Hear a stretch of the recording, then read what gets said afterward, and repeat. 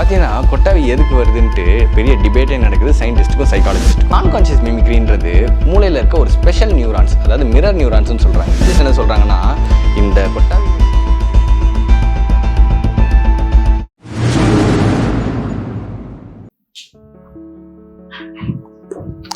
என்னவா பண்ற? Festival offer போட்டுக்கலாம்னு பார்த்துட்டு இருக்கேன்டா. ஏன் என்ன வாங்க போற? அது ஒரு பெரிய லிஸ்டே இருக்குடா. உனக்கு ஒரு 4 டிஷர்ட்டு, எனக்கு ஒரு 2 சில்க் சாரி. கொழுப்பு தானே, நான் எவ்வளோ இன்ட்ரெஸ்டாக பேசிட்டு இருக்கேன், போய் கொட்டா விட்டுட்டு. இப்போ நீ மட்டும் என்ன பண்ண? ஆமா, நீ கொட்டா விட்ட, நானும் கொட்டாவி விட்டேன். அதையே நீ கொட்டா விடும்போது நானும் கொட்டாவி விட்டுறேன். அதுக்கு பின்னாடி பெரிய கான்செப்டே இருக்கு. எங்க சொல்லு கேட்போம். இப்போ பார்த்தீங்கன்னா கொட்டாவி எதுக்கு வருதுன்ட்டு பெரிய டிபேட்டே நடக்குது சயின்டிஸ்ட்டுக்கும் சைக்காலஜிஸ்ட்டுக்கும். இதில் சயின்டிஸ்ட் பார்த்தீங்கன்னா நிறையா தியரி சொல்கிறாங்க. அதில் ரொம்ப ஒரு காமனான 2 தியரி என்னென்னா, ஃபிக்ஸட் யானிங் பேட்டர்ன், அப்புறம் நான் கான்ஷியஸ் மிமிக்ரி. இல்லை ஃபிக்ஸட் யானிங் பேட்டர்னை பார்த்தீங்கன்னா இது ஒரு ரிஃப்ளெக்ஸ் ஆக்ஷன்னு சொல்கிறாங்க. ரிஃப்ளெக்ஸ் ஆக்ஷன் என்ன தெரியுமா?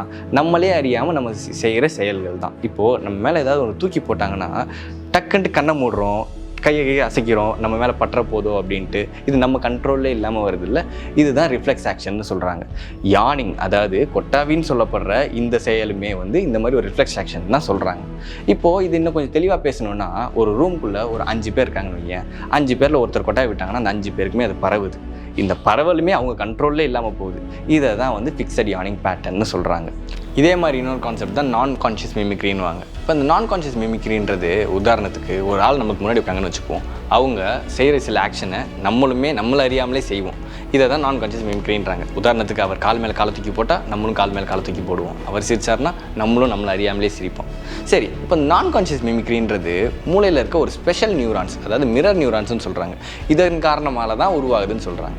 இப்போது சயின்டிஸ்ட் சில பேர் இந்த கொட்டாவி விடுறோம்ல, இந்த கொட்டாவி விடுறதுமே மிரர் நியூரான்ஸால் தான் வருதுன்றதையும் கண்டுபிடிச்சிருக்காங்க. இது எப்படி கண்டுபிடிச்சிருக்காங்கன்னா, பிரெயினை எஃப்எம்ஆர்ஐ ஸ்கேன் எடுத்து ப்ரூவே பண்ணியிருக்காங்க. அப்படியா? இப்போ இது ஒரு பக்கம் இருக்கட்டும். இப்போ அடுத்த கான்செப்ட் சைக்காலஜிஸ்ட் சொல்லியிருக்காங்க. சைக்காலஜிஸ்ட் என்ன சொல்கிறாங்கன்னா, இந்த கொட்டாவி விடுறது எம்பத்தி, அதாவது அனுதாபத்தால் வருதுன்னு சொல்கிறாங்க. Okay okay. சீரியலில் நடிக்கிறவங்க சோகமாக இருந்தாங்கன்னா அதை பார்த்து நம்மளும் அனுதாபப்படுவோமே, அப்படி தானே? இப்போ நீ சொல்கிற அதே கான்செப்ட் தான். இப்போது சீரியலில் ஒருத்தர் கஷ்டப்படுறாங்க, அழுதுகிட்டு இருக்காங்கன்னும் போது அவங்க இடத்துலேருந்து பார்த்து நீ அனுதாபப்படுறீல்ல, சைக்காலஜிஸ்ட்டு கொட்டாவி விடுறதையும் இந்த அனுதாபத்திற்குள்ளேயே செயல் தான் சொல்கிறாங்க. அதனால தான் ஒருத்தர் கொட்டாவி விட்டால் நம்மளும் கொட்டாவி விடுறோமா. ஏன் மனுஷங்க மட்டும் தானே கொட்டா விட்டாங்க?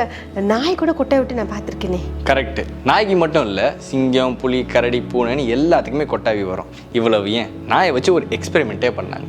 இந்த எக்ஸ்பெரிமெண்ட்டில் என்ன தெரிய வந்துச்சுன்னா, அந்த நாயை வளர்த்தவங்க, அதுக்கு தெரிஞ்சவங்க, பரிச்சயமானவங்கலாம் இருக்காங்கல்ல, அவங்க கொட்டாவி விடும்போது அந்த நாய்க்கு அதிகமாகவே கொட்டாவி வந்துச்சான். அதே அந்த நாய்க்கு அந்நியர்கள், அதாவது பரிச்சயம் ஆகாதவங்க, அவங்க கொட்டாவி விடும்போது அதுக்கு கம்மியாக தான் வந்துச்சான். இதை வச்சு சைக்காலஜிஸ்ட் என்ன சொன்னாங்கன்னா, இது அனுதாபத்தின் செயல், அதாவது ஆக்ட் ஆஃப் எம்பத்தி அப்படின்னு சொன்னாங்க. இதே மாதிரி இன்னொரு கான்செப்டை சயின்டிஸ்ட்டும் டாக்டர்ஸும் நம்புகிறாங்க.